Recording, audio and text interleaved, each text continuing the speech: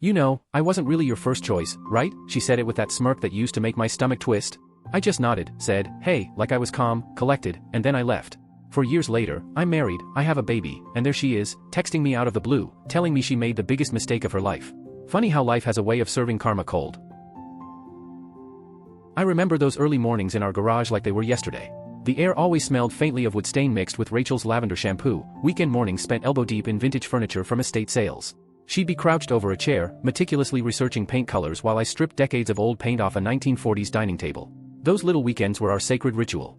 I was working nights and days at a Sacramento warehouse while studying for my logistics certification, and she was bouncing between tech startups in San Francisco, always chasing the next shiny opportunity. From the outside, our duplex looked unremarkable. But inside, it was a museum of shared effort. Each piece of furniture carried the fingerprints of our teamwork, the scars of sandpapered splinters, and the warmth of hours spent talking, joking, and dreaming together. The living room wasn't fancy, it wasn't something you'd find in a showroom, but it had soul. It was ours. When Rachel started getting invited to networking events, conferences, and these fancy Bay Area meetups, I was genuinely proud. I drove her there when her car died mid-trip, sat in coffee shops editing her presentations while she worked, and even picked up extra shifts at the warehouse to fund her professional development classes. "You're going to make it big," I'd tell her when she came home frustrated over a missed opportunity. And I meant it. She had this fire, this vision. I wanted to fan the flames, not put them out. I thought we were building something together, my steady income, my practical help giving her the freedom to chase her dreams, and in time, I believed we'd both win. But, looking back, maybe I should have noticed the small shifts.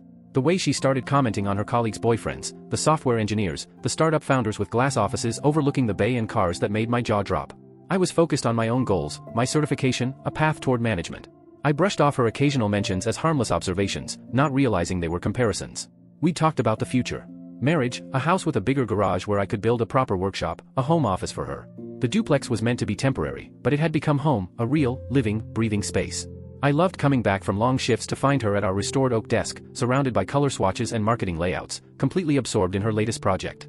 I thought we were building a life, one Saturday morning and sleepless night at a time. The shift started small, almost imperceptible. Little cracks in our conversations. Rolling her eyes at my blue-collar solutions. Commenting on my focus on supply chain management instead of pivoting to tech like everyone else. "Jake, you think like someone who fixes things, not someone who creates them," she'd say, and at first, I chalked it up to stress from her competitive industry. Then the stories crept in, colleagues dating startup founders, Google engineers, guys buying weekend trips to Napa for girlfriends they'd only known a few months. I nodded politely and suggested a camping trip to Yosemite. She looked at me like I'd just suggested a road trip to Mars. Everything shifted when Harper came into the picture. Rachel met her at some exclusive Palo Alto tech mixer. Harper, a successful interior designer flipping luxury properties in Marin County,